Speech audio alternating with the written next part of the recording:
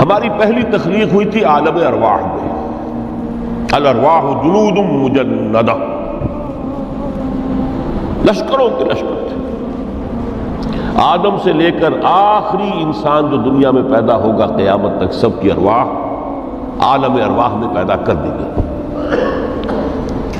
وہاں عہد لیا گیا، الست بربکم قالوا بلا، کیا میں تمہارا رب نہیں ہوں، مالک نہیں؟ ہم سب نے عہد کیا تھا، کیوں نہیں؟ شہید نہ ہم گواہ، یہ عہد الست۔ اور ظاہر بات ہے کہ عہد جو ہوتا ہے جب تک انسان کو اپنی ذات کا شعور نہ ہو، خود شعوری نہ ہو، آپ دنیا میں معاہدہ کرتے ہیں تو کہتے ہیں کہ بقائمی ہوش و حواس میں یہ عہد کر رہا ہوں، معاہدہ کر رہا ہوں، تو ظاہر بات ہے کہ اس وقت ہم تھے اور ہوش و حواس کے ساتھ تھے، خود شعوری کے ساتھ تھے، لیکن صرف ارواح کی جسم نہیں تھے۔ اور یہی ہے وہ مقام جس کے بارے میں حضور نے سے جب پوچھا گیا کہ متى وجبت لک النبوۃ یا رسول اللہ، اللہ کے رسول آپ کو نبوت کب ملی؟ تو آپ نے فرمایا والآدم بین الماء والطین، ابھی آدم کا حیولہ جو ہے ابھی گارا گوندھ ہی رہا تھا، پانی اور گارے کے درمیان ہی تھے آدم، کہ میں اس وقت بھی نبی تھا۔ عالم خلق کا ابھی آغاز نہیں ہوا، ابھی عالم ارواح میں بھی جو تمام ارواح ہیں وہ اپنی امتیازی شان کے ساتھ ہے۔ روح محمدی صلی اللہ علیہ وسلم، جس سے اگر نور محمدی کہیں تو غلط نہیں ہے، اس لیے کہ ارواح کا جو مادہ تخلیق ہے وہ نور ہے، جیسے فرشتوں کا مادہ تخلیق نور ہے۔ مسلم شریف میں حضرت عائشہ صدیقہ رضی اللہ تعالیٰ عنہ سے روایت موجود ہے، اللہ نے فرشتوں کو نور سے پیدا کیا۔ روح، فرشتے روح ہیں، ارواح ہیں، روح القدس، روح الامین، اور ارواح انسانیہ بھی روح ہے، یہ سب ان کا مادہ تخلیق نور ہے۔ اس وقت ہم پیدا کیے گئے، صرف ارواح کی شکل میں ہم سے عہد لیا گیا اور پھر سلا دیا گیا۔ یہ پہلی موت تھی جو ہم پر وارد ہوئی ہے اس دنیا میں آنے سے پہلے، اس لیے کہ سورہ مومن کی ایک آیت میں فرمایا گیا ہے کہ جہنم میں لوگ جو ہیں فریاد کریں گے، ربنا امتنا اثنتین واحییتنا اثنتین فاعترفنا بذنوبنا فهل الى خروج من سبیل، اے اللہ تو نے ہمیں 2 مرتبہ مارا، 2 مرتبہ زندہ کیا، تو اب 1 مرتبہ اور صحیح، کہ یہاں سے نکلنے کا بھی کوئی راستہ ہے کہ نہیں؟ اتنے مراحل سے تو ہمیں لے کر آیا ہے، ایک مرحلہ اور سی۔ تو یہ 2 موتیں کون سی ہیں؟ پہلی موت وہ تھی جب ارواح کو موت کی نیند سلا دیا گیا۔ پھر عالم خلق، جسے آج سائنٹسٹ کہتے ہیں، جس کا نقطۂ آغاز ہے بگ بینگ، عالم ارواح اس سے پہلے کی شے ہے، اس تک سائنس نہیں پہنچ سکتی، وہ سائنس سے ماورا ہے، لیکن جہاں سے سائنس شروع ہوتی ہے وہ عالم خلق کا آغاز ہے، بگ بینگ سے۔ وہ پھر مختلف مراحل، تنزل کے مراحل بھی آئے، ارتقاء کا مرحلہ بھی آیا، تفصیل میں جانے کا موقع نہیں ہے۔ بہت سے تنزلات کے مراحل اور بہت سے ارتقاء کے مراحل طے کر کے آدم تیار ہوا ہے۔ حضرت بیدل نے رحمت اللہ علیہ بہت خوبصورت شعر کہا ہے، ہر 2 عالم خاک شد تا بست نقش آدمی، اے بہار نیستی از قدر خود ہوشیار باش۔ یہ پوری جو بھی کائنات کا جو سلسلہ شروع ہوا، بگ بینگ، اور بہت بڑے بڑے جو ناری کرے تھے جن کی کہ حرارت کا جب تذکرہ کرتے ہیں سائنسدان تو trillions and trillions of foreign height, یہ ان کی اس وقت اس کی جو حرارت کا عالم تھا، لیکن پھر وہ ٹھنڈے ہوئے، کچھ اس میں سے کوئی، پھر خاک کی تہ جو ہے زمین کے اس کرے پر آئی، ہر 2 عالم خاک شد، یہاں سے اب آدم کا حیولہ تیار ہوا، تا بست نقش آدمی، اس کے بعد ارتقائی مراحل ہیں، اور پھر آدم کی وہ روح جو کولڈ سٹوریج میں تھی، جب وہ لا کر پھونکی گئی ہے، جسد آدم جو ہے وہ مسجود نہیں تھا، مسجود تو تب بنا ہے جبکہ اس میں روح آدم وہ لا کر پھونک دی گئی. فَإِذَا سَوَّيْتُهُ وَنَفَخْتُ فِيهِ مِن رُوحِي فَقَعُوا لَهُ سَاجِدِينَ. یہاں سے حیات دنیاوی کا آغاز ہو گیا. پھر وہ سلسلہ تناسل ہے. آدم اور حوا کی نسل میں سے ہر بچہ 4 ماہ کے بعد جب اس کا ایک حیولہ رحم مادر میں تیار ہو جاتا ہے. حدیث ہے متفق علیہ عبداللہ ابن مسعود سے رضی اللہ تعالی عنہ، اور جس کے اندر آغاز میں وہ کہتے ہیں کہ حضور نے ہمیں یہ بتایا وَهُوَ الصَّادِقُ الْمَصْدُوقُ. دیکھنا تم کہیں شک میں نہ پڑ جانا. محمد کون ہے؟ الصادق المصدوق، جو سچے ہیں، جن کی سچائی کے اللہ گواہی دیتا ہے. کہ رحم مادر میں 40 دن تم نطفے کی شکل میں ہوتے ہو، پھر 40 دن علقہ کی شکل میں ہوتے ہو، پھر 40 دن تو مضغہ کی شکل میں. پھر اللہ تعالیٰ فرشتے کو بھیجتا ہے جو اس میں روح پھونکتا ہے. وہی عمل جو آدم کے جسد حیولہ کے ساتھ ہوا تھا، ہر ابن آدم اور بنت آدم کے لیے وہی عمل ہے کہ جو رحم مادر میں 4 مہینے کے بعد دہرایا جاتا ہے. یہاں سے حیات دنیاوی شروع ہوئی. پھر موت، یہ دوسری موت ہے. اب پہلی موت تو وہ تھی، لیکن دوسری موت یہاں سیپریشن ہو جائے گی. جو زمین سے آیا تھا تخلیقی مادہ وہ جسم میں گیا، جسم میں زمین میں گیا، گل سڑ کر ختم ہوا. جو وہاں سے روح آئی تھی وہ اس زمینی وجود کا جو لب لباب ہے، جان نفس، اس کو لے کر اپنے ساتھ، اور وہ جائے گی عالم بالا. پھر یہ ایک وقفہ ہے. پھر بعث بعد الموت ہے. تو احیاء بھی 2 ہو گئے. ایک مرتبہ پہلی موت کے بعد زندہ کیا اس عالم میں، آنکھ کھلی اس عالم میں ہماری. یہ پہلا احیاء تھا. کیف تکفرون باللہ وکنتم امواتا فاحیاکم ثم یمیتکم ثم یحییکم ثم الیہ ترجعون. دوسرا احیاء وہ ہوگا قیامت کے دن، بعث بعد الموت. اور پھر اس کے بعد وہ زندگی ابدی زندگی ہے، ہمیشہ کی. یہ تصور سامنے رکھیے. تو یہ جو تھوڑا سا وقفہ، یہ تو زندگی بہت طویل ہے. تو اسے پیمانہ موز و فردا سے نہ ناپ، جاویداں پہم دماں ہر دم جواں ہے زندگی. اس میں یہ وقفہ جو ہے خلق الموت والحیات لیبلوکم ایکم احسن عملا، یہ اس جسد کے ساتھ اس روح کا اتصال، اور یہ 30 40 50 60 70 80 100 برس کی عمر، یہ ایک وقفہ ہے. یہ امتحانی وقفہ ہے. تمہیں جانچا جا رہا ہے، پرکھا جا رہا ہے. ایکم احسن عملا، اس کو بھی اقبال نے اسی نظم میں خوب بیان کیا ہے کہ قلزم ہستی سے تو ابھرا ہے مانند حباب، اس نیا خانے میں تیرا امتحان ہے زندگی.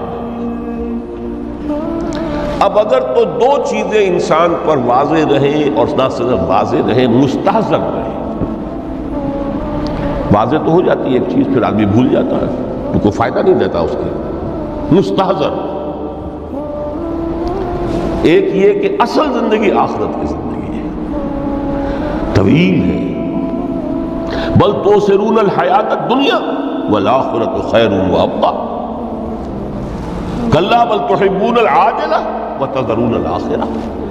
تم اس عاجلہ کو پسند کرتے ہو، اس دنیا کی زندگی کو تم ترجیح دیتے ہو، جبکہ آخرت ہے جو باقی رہنے والی ہے، ابدی.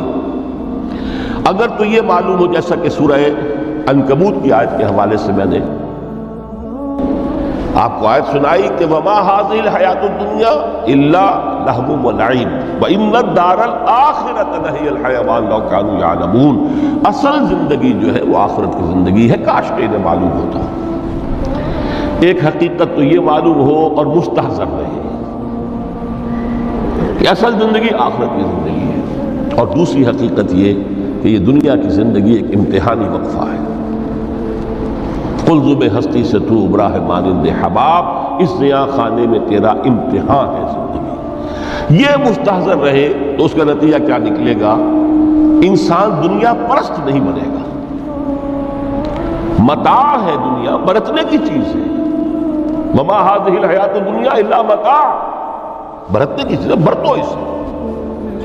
اب میں یہاں آپ کو کچھ حدیثیں بھی سنا دینا چاہتا ہوں.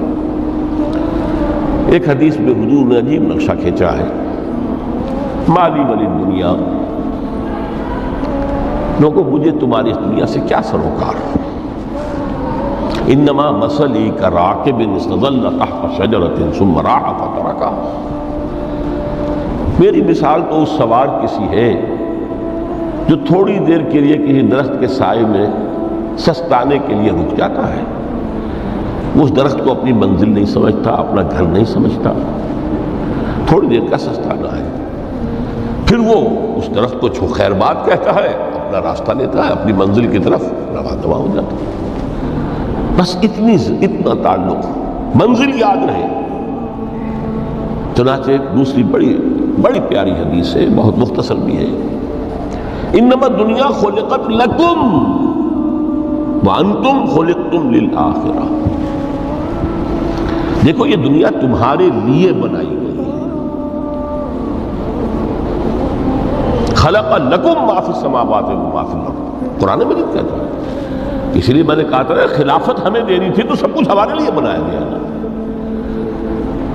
یہ محفل سجائی گئی ہے ہمارے لیے، یہ سب ہمارے لیے بنایا گیا ہے، پورے عالم کو مسخر کیا گیا ہمارے لیے، سخر لکم، سورج بھی چاند بھی ہر چیز تمہارے لیے مسخر کی گئی ہے۔ انما الدنیا خلقت لکم وانتم خلقتم للآخرہ، لیکن تمہاری تخلیق ہوئی ہے، تمہیں بنایا گیا ہے، تمہیں پیدا کیا آخرت کے لیے۔ یہ منزل یاد رہے، میرا ٹھکانہ وہ ہے، میرا گھر وہ ہے، میری منزل وہ ہے، یہ راہ گزر ہے، یہ سفر ہے، یہ ایک وقفہ ہے، امتحانی وقفہ ہے۔ خلق الموت والحیات لیبلوکم ایکم احسن عملا۔ لیکن اب تیسری حدیث سنیے، اور یہ ہے وہ کہ جو اس دنیا کو جو میں نے شروع میں کہا تھا، بڑی ٹھوس حقیقت ہے، یہ اللہ کی تخلیق ہے، سنجیدہ تخلیق ہے، ہم نے کوئی کھیل کود کے لیے تو نہیں بنایا ہے۔ ربنا ما خلقت ھذا باطلا، حضور فرماتے ہیں الدنیا مزرعۃ الآخرہ، دنیا آخرت کی کھیتی ہے، یہاں بو گے تو وہاں کاٹو گے، یہاں بو گے نہیں تو کاٹو گے کیا خاک؟ اس اعتبار سے غور کیجئے، یہ دنیا اور حیات دنیاوی کا ایک ایک لمحہ ایک بڑی عظیم حقیقت بن کے سامنے آتا ہے۔ ہماری حیات دنیاوی کا ایک ایک لمحہ ابدی ہے، پوٹینشلی، کیوں کہ اس میں جو کچھ ہم کما رہے ہیں اس کے نتائج ابدی زندگی پر پھیلے ہوئے ملیں گے۔ تو گویا کہ یہ جو ہے، یہ گھڑی محشر کی ہے تو عرصہ محشر میں ہے، بیشتر غافل عمل کوئی اگر دفتر میں ہے، یہاں کا ایک ایک لمحہ تمہارے لیے بہت قیمتی ہے، یہاں بو، محنت کرو، کاشت کرو تاکہ وہاں کاٹ سکو۔ الدنیا مزرعۃ الآخرہ۔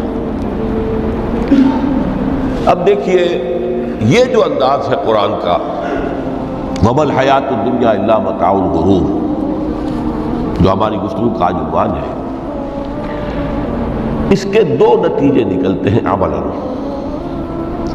ایک نتیجہ جو صحیح ہے، جو قرآن نکالنا چاہتا ہے، جس کی طرف اسلام رہنمائی کرتا ہے، ایک ہے بالکل منفی نتیجہ جس کی اسلام نفی کرتا ہے۔ وہ منفی نتیجہ کیا ہے؟ دنیا دھوکے کی ٹٹی ہے، چھوڑو گھر گھرستی کو، دفع کرو، رب سے لو لگانی ہے، یہ شادی کر کے اور گھر گھرستی کا کھکیڑ بول لینا، کہاں ایک پیٹ کا پالنا، کہاں 10 پیٹ لگ جائے پیچھے، اسی میں آدمی جو ہے گم ہو کر رہ جاتا ہے۔ لہذا گھر گھرستی کو چھوڑو، تجرد کی زندگی گزارو۔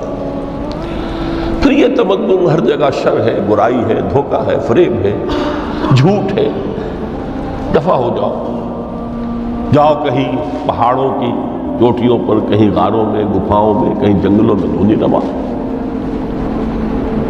یہ ہے اس کا ایک منطقی نتیجہ جو نکلا ہے دنیا میں، اور تقریباً تمام مذاہب عالم میں نکلا ہے۔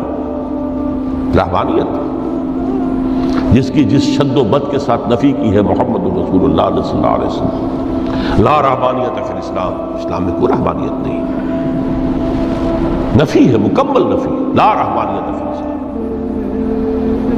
فرمایا کہ النکاح من سنتی، یہ میری سنت ہے، میرا طریقہ ہے، گھر گرہستی کی زندگی اختیار کرنا یہ میری سنت ہے۔ 3 صحابہ پر کچھ اسی طرح کا غلبہ ہو گیا تھا۔ صحابہ میں ہر طرح کے لوگ تھے، ان میں وہ لوگ بھی تھے کہ جو بڑے ریشنلسٹ تھے، عقل کے حوالے سے بات سمجھنے والے۔ حضرت عمر کو ہم کہہ سکتے ہیں کہ سر خیل تھے ان کی رضی اللہ تعالیٰ۔ کچھ درویش منش لوگ بھی تھے، کچھ پر یہ تقویٰ کا اور درویشی کا بہت زیادہ غلبہ ہو گیا تھا، مغلوب الحال ہم انہیں کہہ سکتے ہیں۔ حضرت عبداللہ ابن عمرو بن العاص رضی اللہ تعالیٰ عنہما، ایک عجیب سائملٹینیس کنٹراسٹ ہے باپ اور بیٹے میں۔ عمرو بن العاص بہت بڑے سیاستدان، مدبر، عرب نے چوٹی کے جو 3 سیاستدان پیدا کیے ان میں سے ایک عمرو بن العاص ہے، واریر، کانکرر، سیاستدان۔ لیکن عبداللہ ابن عمرو بن العاص بالکل درویش، روزانہ روزہ ساری رات کھڑے ہیں، نہ بیوی سے کوئی سروکار، نہ کسی سے کوئی سروکار۔ حضور کو اطلاع ملی، بلا لیا، جواب طلبی ہو گئی، یا عبداللہ اولم اخبر انک تصوم الدہر وتقوم اللیل، اے عبداللہ مجھے یہ خبر دی گئی ہے تم ساری رات کھڑے رہتے، روزانہ روزہ رکھتے، کیا کہتے ہیں؟ جی حضور ایسا تو ہے۔ لا تفعل، مت کرو ہرگز۔ فإن لنفسك عليك حقا وإن لزوجك عليك حقا وإن لزورك عليك حقا، دیکھو تم پر تمہارے اس جسم کا اور نفس کا بھی حق ہے، اسے آرام بھی دو، اس کی ضروریات بھی پوری کرو، اس کی دیکھ بھال بھی کرو، یہ بھی تمہارے پاس امانت ہے اللہ کی۔ پھر تم پر تمہاری بیوی کا حق ہے۔ کسی صحابی نے دیکھا تھا حضرت عبداللہ ابن عمرو بن العاص کی بیوی کو کہ وہ بالکل جیسے کہ میلی کچیلی حالت میں تھی، پوچھا یہ کیا حال بنا رکھا؟ ان کا کہ آپ کے دوست کو تو کوئی غرض ہے ہی نہیں سرے سے، ظاہر بات ہے کہ مسلمان بیوی اور کس کے لیے وہ سنگھار کرے گی جب شوہر ہی کو کوئی دلچسپی نہ ہو، اس سے غرض ہی نہ ہو۔ لا تفعل، رات کو سو بھی، دیکھو مجھے میں رات کو سوتا بھی ہوں، نماز پڑھتا بھی ہوں، میں روزے رکھتا بھی ہوں، ناغے بھی کرتا ہوں، دیکھو زیادہ سے زیادہ ہفتے میں 2 دن روزے رکھ لیا کرو۔ حضور مجھے اور تھوڑی سی اجازت، اچھا 1 دن ناغا 1 دن روزہ، صوم داؤد، اس سے آگے کی اجازت نہیں۔ اسی طرح 3 حضرات سراس رحمت آتا ہے حدیث میں، بخاری شریف کی روایت ہے، ان پر بھی کوئی ایسا ہی غلبہ ہوا رحمانیت کا، ترک دنیا کا۔ انہوں نے آ کے ازواج مطہرات سے معلوم کیا آپ کتنی رات نماز پڑھتے ہیں، کتنا دو سوتے ہیں، مہینے میں کتنے آپ روزے رکھتے ہیں نفلی۔ انہوں نے کوئی، وہاں تو کھلی کتاب تھی سیرت محمد صلی اللہ علیہ وسلم، جو کچھ تھی حقیقت بیان کر۔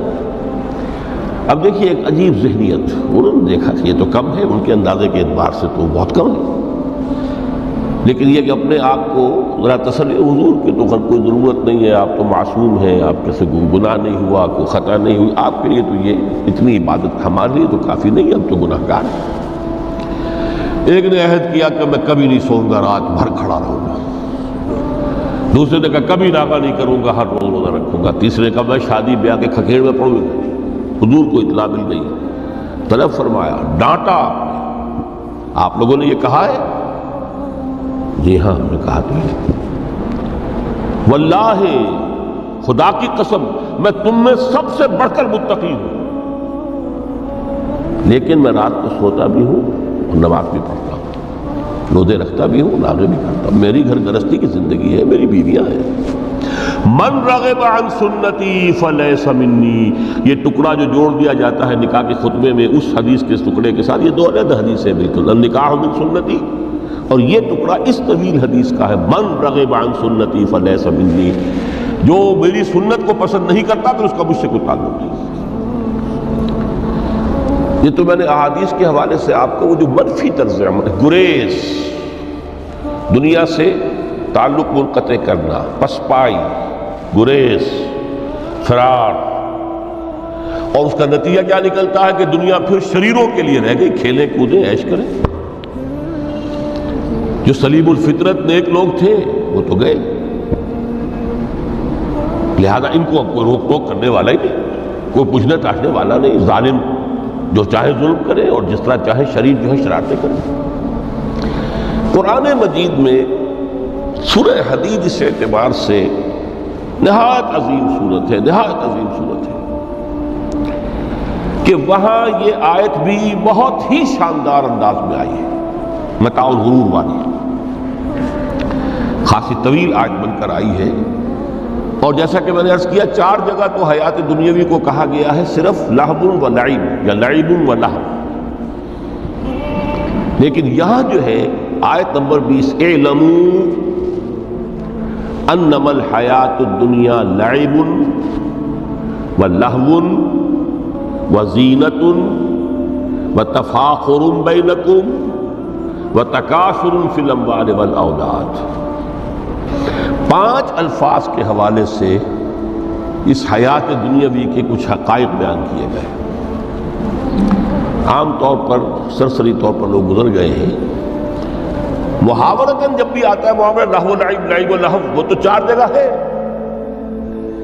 یہاں 3 الفاظ مزید آئے ہیں، اور ترکیب کیا؟ پہلے لعب ہے پھر لہو ہے۔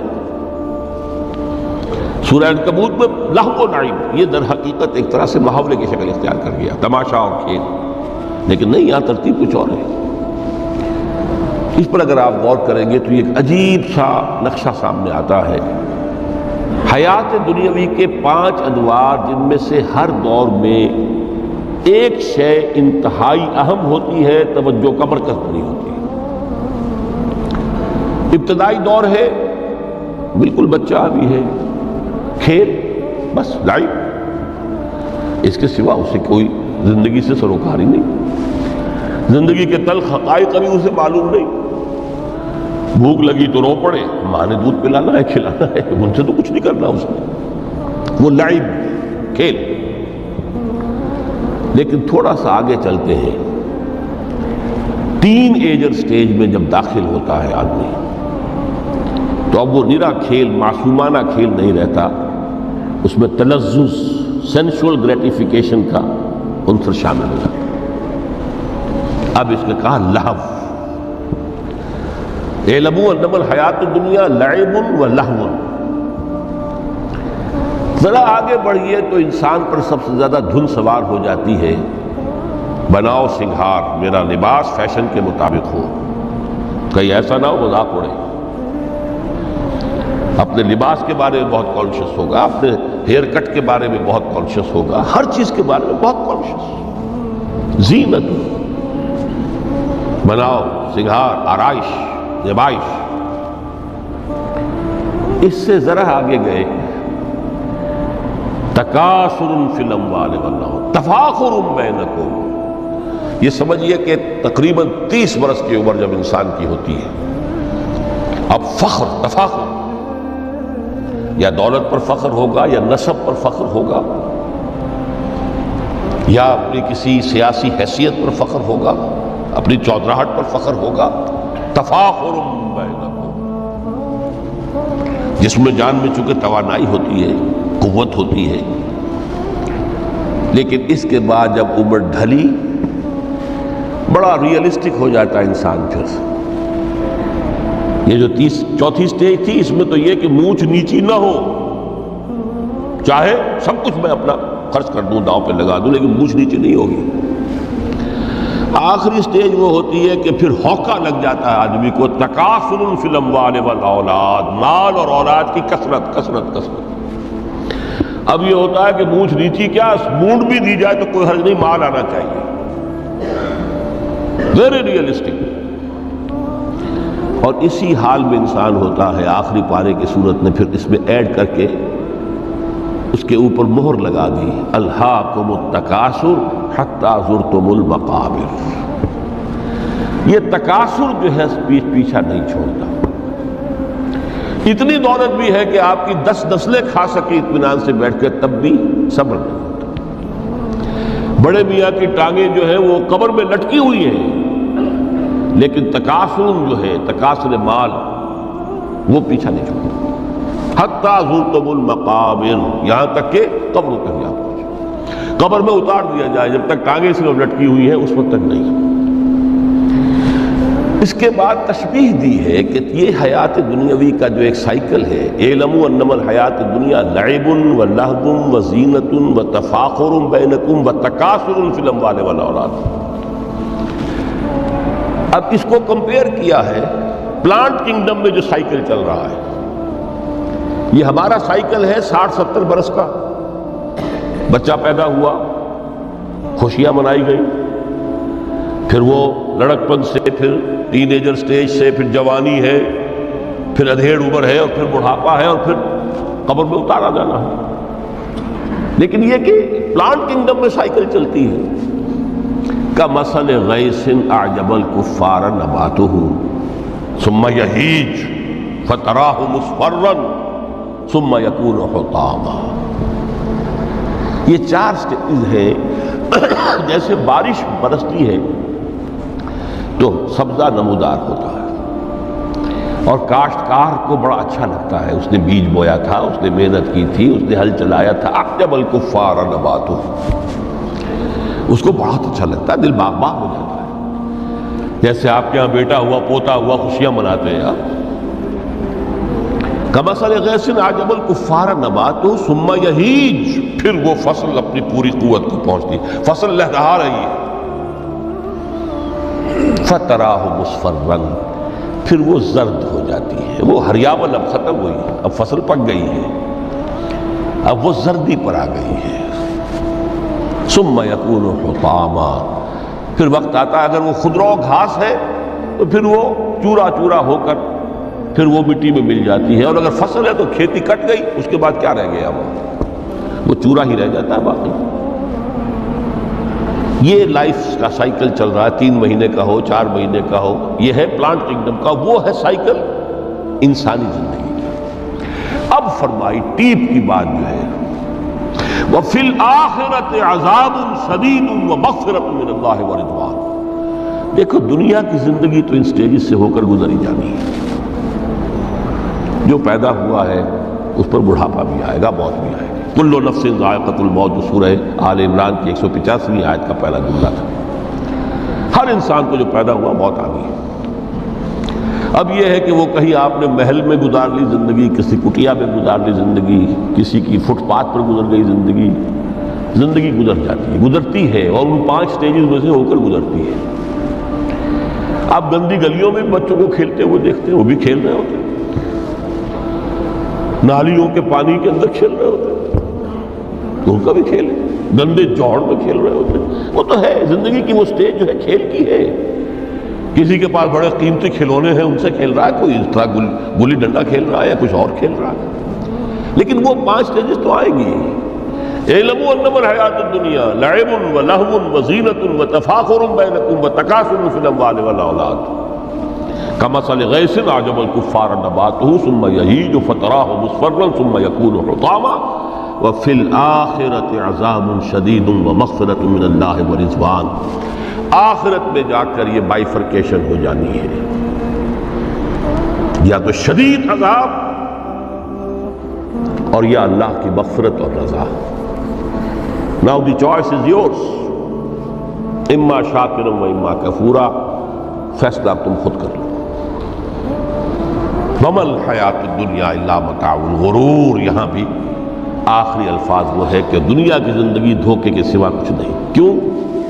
اگر تو دنیا کی زندگی میں گم ہو گئے، جیسے کہ اقبال نے کہا ہے کہ کافر کی یہ پہچان کے آفاق میں گم ہے، اور مومن کی یہ پہچان کہ گم اس میں ہے آفاق۔ دنیا میں رہو، طالب دنیا نہ بنو، طالب عقبہ، طالب آخرہ۔ دنیا میں رہو، برتو، استعمال کرو، تمہارے لیے پیدا کیا گیا، بھائی برتو، متاع ہے، برتنے کی شے ہے۔ ہاں حلال اور حرام کی پابندیاں سامنے رکھو، باقی برتو۔ مطلوب یہ نہ ہو، مقصود یہ نہ ہو، مطلوب آخرہ ہو۔ انما الدنیا خلقت لکم وانتم خلقتم للآخرہ۔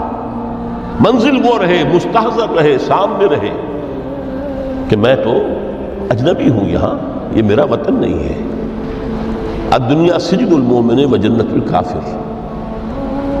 جیسے کسی پرندے کو کسی پنجرے میں بند کر دیا گیا ہو، اس طرح ہمیں اس دنیا میں بھیج دیا گیا. اللہ کی مرضی ہے، اس نے بھیجا ہے. جب تک وہ چاہتا ہم رہیں گے یہاں، لیکن ہمارا دل یہاں نہیں لگے گا. بازار سے گزرا ہوں، خریدار نہیں ہوں، طالب دنیا کا. تب تو یہ کوئی دھوکے کا سودا نہیں، وطن نہیں، بالکل نہیں. حضور نے خود فرمایا مجھے تمہاری اس دنیا میں سے فلاں فلاں چیزیں بہت پسند ہیں، اور کس قدر ریئلسٹک ہیں. آپ نے عورتوں کے بارے میں فرمایا مجھے اس دنیا سے پسند ہے عورت. کوئی تصنع اور کوئی بھی تکلف اور کوئی خلاف فطرت بات نہیں کی محمد رسول اللہ صلی اللہ علیہ وسلم. آنکھوں کی ٹھنڈک میری نماز میں ہے، مجھے خوشبو پسند ہے. عورت کی طرف بھی آپ کا رجحان تھا. قرآن مجید میں آتا ہے اے نبی اب کوئی اور نکاح آپ نہیں کریں گے. وَلَوْ أَعْجَبَتْكَ حُسْنُهُنَّ، چاہے ان کا حسن جو ہے وہ آپ کو اچھا لگے، اب اجازت نہیں ہے مزید، بس فل سٹاپ. جتنے نکاح ہو چکے ہو چکے. تو یہ دنیا کو حضور نے صلی اللہ علیہ وسلم دنیا پر سوار رہو، دنیا کو اپنے اوپر سوار نہ ہونے دو. بس بات صرف یہ ہے. کافر کی یہ پہچان کہ آفاق میں گم ہے. اسی لیے سورہ کہف کا ایک مرکزی مضمون ہے. پہلے رکوع میں بات آتی ہے اِنَّا جَعَلْنَا مَا عَلَى الْأَرْضِ زِینَةً لَهَا لِنَبْلُوَهُمْ أَيُّهُمْ أَحْسَنُ عَمَلًا. ہم نے اس دنیا پر جو کچھ ہے، یہ اسکائی اسکریپرز بن گئے ہمارے زمانے میں، اور یہ شاندار بلڈنگز ہیں، اور یہ کچھ ہے، ہم نے زینت اور زیبائش اور آرائش بنا دیا ہے تاکہ آزمائیں. انہی کے حسن کے شکار ہو جاتے ہو اور ان کے پرستار بن کر رہ جاتے ہو. رخ روشن کے آگے شمع رکھ کر وہ یہ کہتے ہیں ادھر جاتا ہے دیکھیں یا ادھر پروانہ آتا ہے. پھر بھی اللہ ہی کے عاشق بنے رہو، اللہ ہی سے محبت کرو تو کامیاب ہو گئے. دنیا کو برتو. اگر دنیا یہ عروس ہزار داماد جو ہے اگر کہیں یہ محبوبہ بن گئی تو گئے، ختم. اچھا دیکھیے اس سورہ حدید میں اب یہ دنیا کی حقیقت کو اس طرح بیان کر کے دو نتیجے جو اس سے نکلتے ہیں ان کو علیحدہ علیحدہ بیان کر دیا. ایک نتیجہ جو میں بیان کر چکا، رہبانیت، ترک دنیا، اس کی نفی کرتے ہوئے فرمایا وَلَقَدْ أَرْسَلْنَا نُوحًا وَإِبْرَاهِيمَ وَجَعَلْنَا فِي ذُرِّيَّتِهِمَا النُّبُوَّةَ وَالْكِتَابَ فَمِنْهُمْ مُهْتَدٍ وَكَثِيرٌ مِّنْهُمْ فَاسِقُونَ ثُمَّ قَفَّيْنَا عَلَىٰ آثَارِهِمْ بِرُسُلِنَا وَقَفَّيْنَا بِعِيسَى ابْنِ مَرْيَمَ وَآتَيْنَاهُ الْإِنجِيلَ وَجَعَلْنَا فِي قُلُوبِ الَّذِينَ اتَّبَعُوهُ رَأْفَةً وَرَحْمَةً وَرَهْبَانِيَّةً ابْتَدَعُوهَا مَا كَتَبْنَاهَا عَلَيْهِمْ.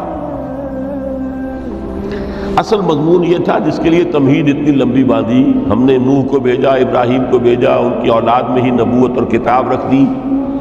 پھر ان کے نقش قدم پر ہم نے اٹھایا عیسیٰ ابن مریم کو، انہیں انجیل دی، اور جو لوگ ان پر ایمان لائے ان کے دلوں میں رحمت اور رافت کے جذبات پیدا کر دیے. انسانی ہمدردی. حضرت عیسیٰ کا جو اپنا مزاج تھا، ظاہر بات ہے کہ آپ کے حواریین اور آپ پر ایمان لانے والوں میں اسی کا ایک عکس پیدا ہونا تھا.